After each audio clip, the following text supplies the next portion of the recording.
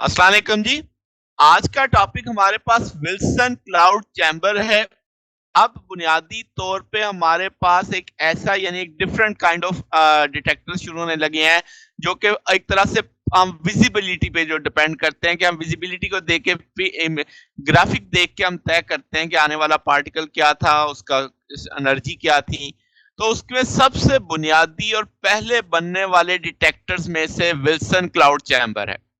तो ये बुनियादी तौर पे पार्टिकल डिटेक्टर है जो रास्ते का उसका ट्रैक देख के सब एटॉमिक पार्टिकल यानी अल्फा बीटा गामा का और या फोटॉन का हमें बताता है कि क्या कौन सा पार्टिकल था। तो 1911 में सीटीआर विल्सन ने एक ऐसा इंस्ट्रूमेंट डिवाइस किया जो क्लाउड चैम्बर था, जिसमें चार्ज पार्टिकल को डिटेक्ट करते थे और उनके रास्ते के फोटोग्राफ बनाई जा सकती थी, तस्वीर देख के यानी तय किया जा सकता था। तो ये बहुत ज्यादा इस्तेमाल हुआ कॉस्मिक रेडिएशन की स्टडी के लिए और बहुत अहम रोल प्ले किया नए पार्टिकल्स की एलिमेंट्री पार्टिकल यानी पॉजिट्रॉन मीजॉन्स की डिस्कवरी में इसका काफी किरदार रहा। तो बहुत सादा सा है, सामने देखते हैं क्या है जनाब। तो ये जो आप तस्वीर देख रहे हैं, आपको अभी नीचे जब इसकी आप स्कीमेटिक फिग देखेंगे तो आपको समझ आ जाएगी कि क्या है। ये बेसिकली वैक्यूम है, यहाँ पे चैम्बर है। तो ये सारा मामला देखेंगे तो क्या है जनाब कंस्ट्रक्शन में।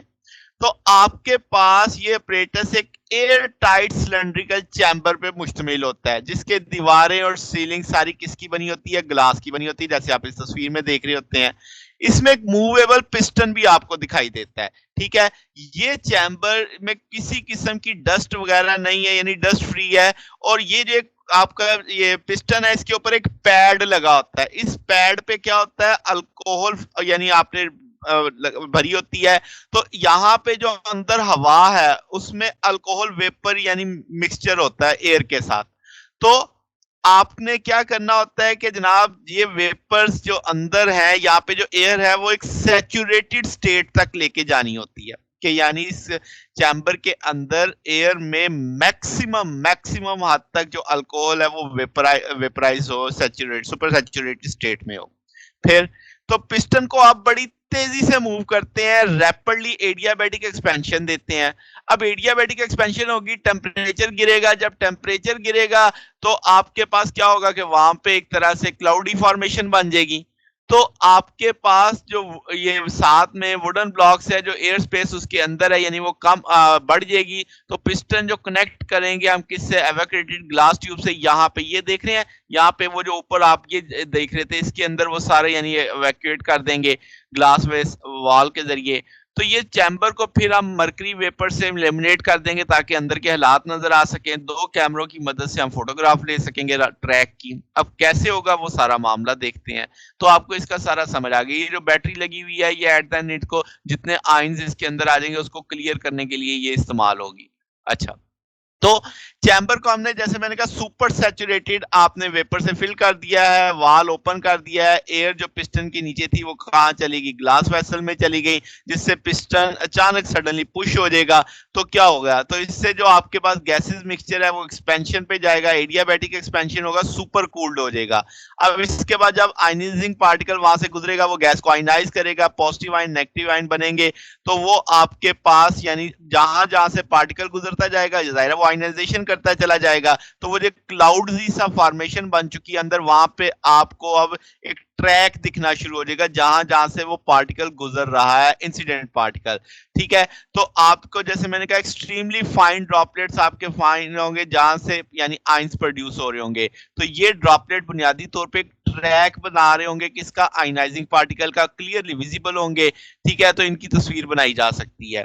तो आपके पास जो यानी क्लाउड चैम्बर है वो ऑटोमेटिक होगा। क्यों, क्योंकि जो प्रोसेस है एक्सपेंशन का, जो है पार्टिकल हो रही है चैम्बर के अंदर, एक्सपेंशन चैम्बर के अंदर, आपने उसको कैमरे के जरिए सारे को रिकॉर्ड कर लिया है। ठीक है, उसके बाद जब आपने तस्वीर बना ली है तो जो पार्टिकल है इलेक्ट्रिक फील्ड लगा के आप उनको क्लियर कर देंगे, यानी आयंस को वहां से खींच लेंगे। पॉजिटिव बैटरी नेगेटिव जो फील्ड बनेगी उनको खींच लेगी।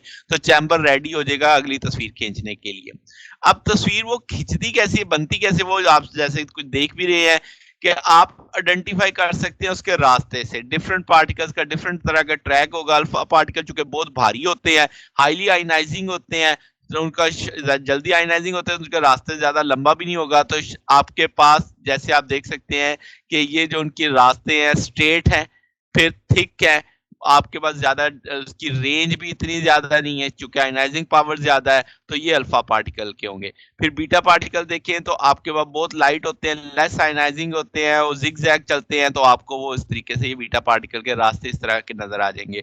गामा की चूँकि आयनाइज़िंग पावर बहुत कम होती है, तो आप उस तरीके से उसको ऑब्ज़र्व नहीं कर सकते। कहीं-कहीं कोई स्पॉट बनता दिखाई देता है, मगर उस तरीके से वो भी ज़ाहिर है इतना आप बहुत कम उसकी आयनाइज़िंग पावर तो ना होने के बराबर, इसलिए हम कहते हैं कि वो आप ऑब्ज़र्व भी नहीं कर पाते। एडवांटेज की बात की जाए तो आप इसे वेरिएशन देख सकते हैं, स्पेसिफिक आयनाइज़ेशन जो ट्रैक की होगी और रेंज आप मालूम कर लेंगे आने वाले पार्टिकल की। फिर जो इलेक्ट्रिक चार्ज और मोमेंटम अगर आपको पता निकालना हो मैग्नेटिक फील्ड लगा के, यानी इस चैम्बर के ऊपर मैग्नेटिक फील्ड लगा दे, तो वो जो आने वाला पार्टिकल है ज़ाहिर है फील्ड उस पे फोर्स लगाएगी, वो उसे सर्कल में घुमाएगा। तो जो मैग्नेटिक फोर्स लगेगी वो बैलेंस होगी किससे? सेंट्रीफ्यूगल फोर्स से, क्योंकि मैं जानता हूँ चार्ज पार्टिकल मैग्नेटिक फील्ड में दायरे में घूमता है, दायरे में घूमेगा तो सेंट्रीफ्यूगल फोर्स आ जाएगी, दोनों को बैलेंस करेंगे तो यहाँ से मोमेंटम निकाला जा सकता है QBR। तो आपके पास जो उसकी कर्वेचर होगी उससे ये भी पता लग सकता है कि आने वाला पॉजिटिव था या नेगेटिव था, यानी डिस्टिंग्विश कर लेंगे ना कि पॉजिटिव किस तरफ को घूमता है, नेगेटिव उसके अपोजिट घूमेगा, तो इस तरीके से ये भी डिस्टिंग्विश हो जाएगा।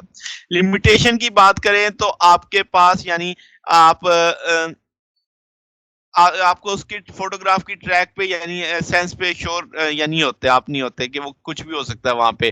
जो रेंज है वो आपके पास एक्सीड कर सकती है डायमेंशन ऑफ चैम्बर से, तो इसका मतलब पूरा रास्ता तो आपको एग्जैक्ट उसकी एनर्जी का नहीं आइडेंटिफाई होगा। यानी हो सकता है कि बीटा उस ट्रैक से, उस आपके जो चैम्बर से बाहर भी आपके पास आयनाइजेशन करने की फर्दर सलाहियत रखती हो, तो पूरा यानी आपको ट्रैक से पूरी एग्जैक्ट एनर्जी की मालूमात नहीं हासिल होती।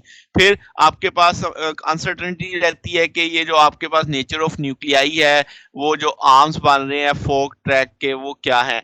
फिर आपके पास यानी डेफिनेट टाइम चाहिए एक्सपेंशन के लिए, तो ये कंटिन्यूस रिकॉर्ड नहीं कर सकता, यानी मुसलसल नहीं रिकॉर्डिंग कर सकता, क्योंकि एक्सपेंशन होनी है, फिर वहाँ पे एडियाबैटिक फॉर्मेशन आनी है, तो इसलिए इतना फास्ट नहीं आप इसे कह सकते हो। ज़ाहिर है इस दौरान पीछे से रेडिएशन तो आ ही रही होंगी, वो तो आपने नहीं रोक रहे, तो वो आयनाइजेशन तो हो रही होगी। तो इस सारे मामले में यानी अगर आप को टाइम लगता है नए सिरे से काउंटिंग करने के लिए या डिटेक्ट करने के लिए।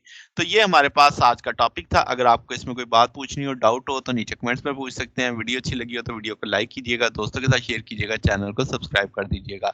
अब तक के लिए इतना ही, बाकी इंशाल्लाह फिर नेक्स्ट देखेंगे। ओके, अल्लाह हाफ़िज़।